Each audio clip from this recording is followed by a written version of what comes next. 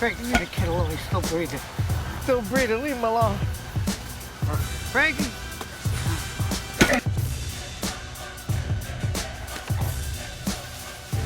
The final verdict for Dying Light 2 is sadly a 6 out of 10. That's in single player, and that's the highest I can possibly give it right now, wanting it to succeed. My actual experience is a 5 out of 10. 5 out of 10.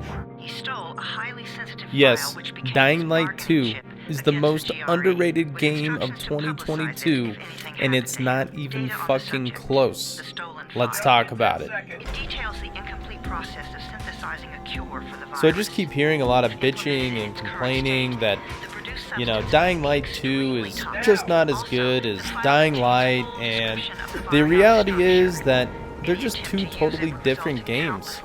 Dying Light takes place in an apocalyptic world, while Dying Light 2 takes place in a post-apocalyptic world. 15 years after the outbreak, there's literally just no comparison. They're two totally different games. Techland has gone above and beyond to get Dying Light 2 in a better state.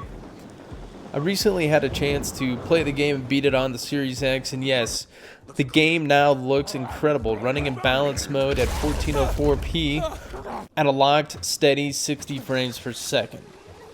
I haven't had a chance to play the game on PS5, but I know that it's in a similar state. I also have a computer that has a 3080 RTX and have the game on the PC as well, but wanted to show users that the game is now up and running great on next-gen consoles. This game is high octane, and yes, the parkour in Dying Light 2 is above and beyond the original Dying Light.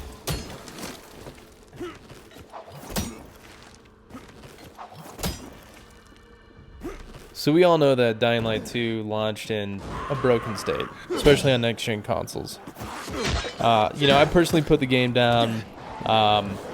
It's just something that, you know, can't be overlooked. It's all too common in the industry today. They do deserve some blame here, but, you know, I think that it also shouldn't be overlooked that Techland hasn't given up on the game. In fact, I'd say just the opposite. They've had meaningful performance updates to make the game more coherent than its original release. I don't find myself just kind of getting lost in quests anymore. The game makes sense, it flows.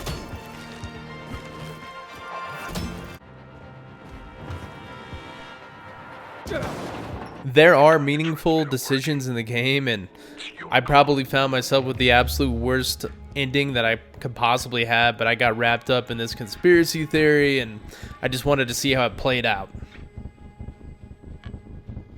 I did find myself constantly looking through equipment and, you know, finding the best items and taking the time to make my items the best they possibly could be.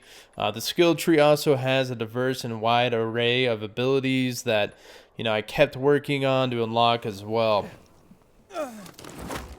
Techland has even added a gritty artistic mode to try and replicate the vibe of the original Dying Light art style, which I won't be covering in great detail on this video, but honestly, I just prefer playing Dying Light 2 in its original vision, normal mode, but you do have options.